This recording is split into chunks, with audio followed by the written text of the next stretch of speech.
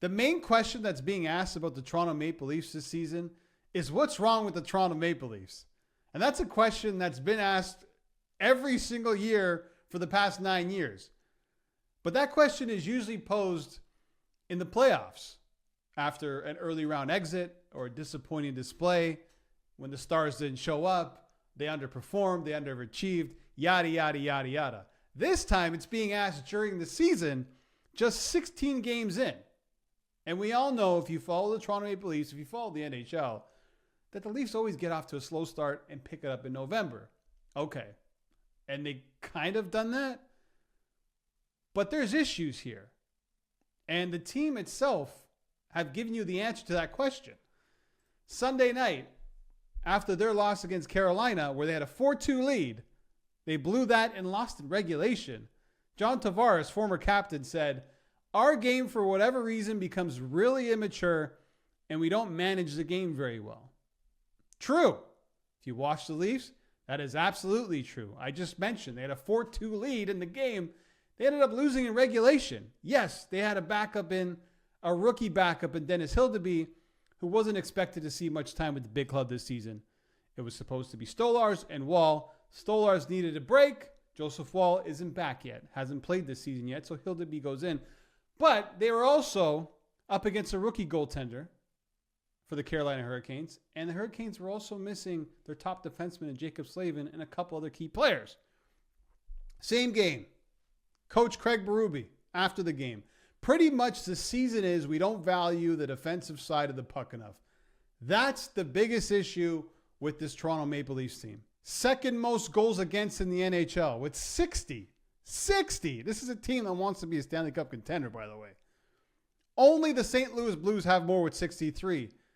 But on the flip side, they've scored the most goals in the NHL. Last time I checked, they've scored the most goals in the NHL. Kind of remind me of the Columbus Blue Jackets from last season, where they scored as many as they let in.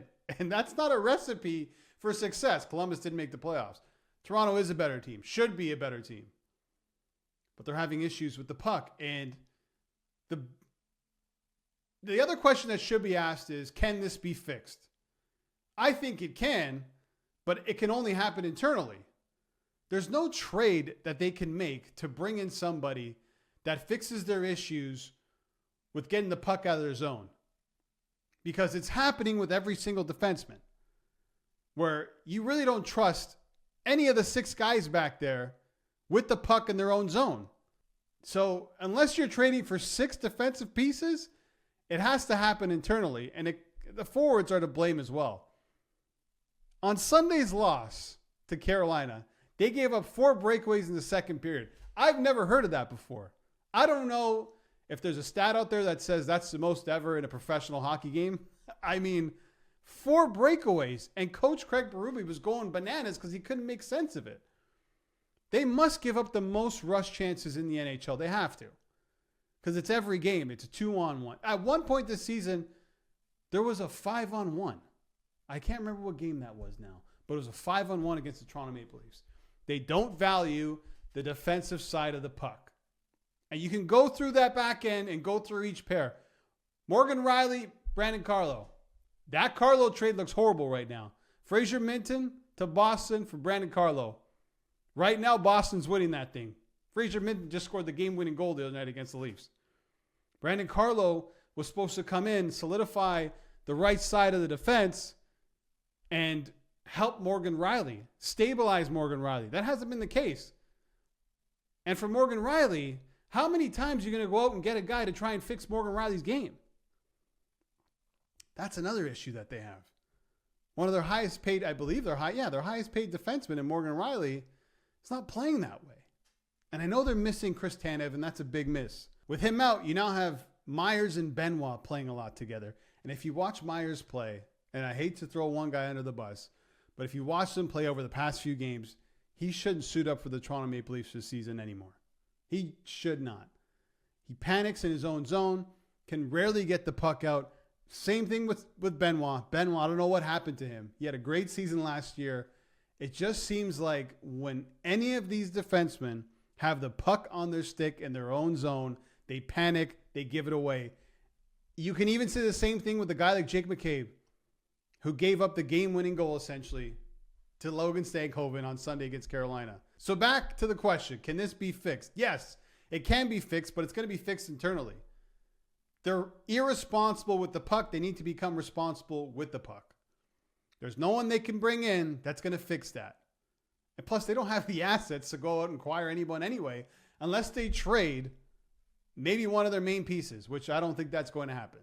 You know, Nick Robertson isn't going to land you a top 4 defenseman. Sorry, that's just not going to happen. You want to trade Easton Cowan, then that's a different conversation.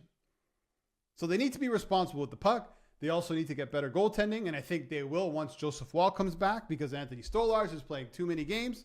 They brought him in to be a tandem with Wall, not to be a number 1 guy, and I think people forget that. Stolarz is in here to be part of a tandem. His contract is designed the way of a 1A to a 1B or a 1B to a 1A, whatever you want to say. He needs Joseph Wall. Joseph Wall needs him. Also, you look at these games that they've played. They've played 16 games this season. I'm going through their schedule right now. There's maybe 1, 2, 3 games that I can point to where I can say they deserve to win. So a lot of the games that they won, they didn't necessarily deserve to win them. And you can look at that both ways. One way you can say, well, that's pretty good. They're not playing really well, but they're winning games. That's a great way to look at it. And I think people also forget how good defensively this team was last year. You know, they're a top 8 team in terms of goals against. Second period, they're the worst second period team this year. One of the best second period teams in the league last year. I believe they were 35-1 when they had a lead heading into the second period. They didn't lose. That was their game. They took the lead.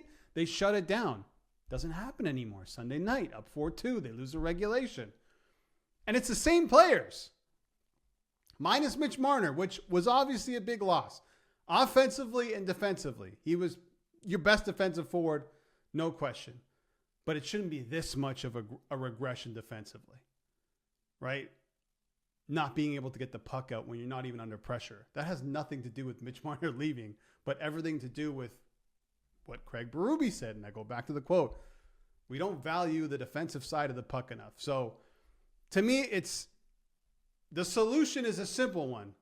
Be more responsible with the puck and things will change. It's bad on the defensive side, which I believe that they can improve. Offensively, like I said, they scored the most goals last I checked in the NHL. So they're still scoring goals. They're scoring more goals than they did last season. They're just giving up way too many. You tighten up the defensive game, and all of a sudden you're looking at the team like, I don't know, maybe they can win the division. I don't see why not. Stolarz and Wall, when Wall comes back, you got your tandem back.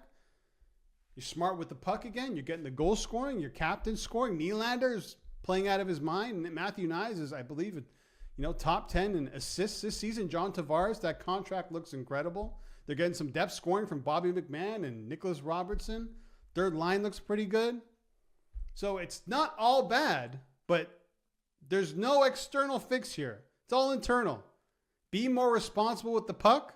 Value the defensive side of the puck. And you're going to win more games and look like a much better team.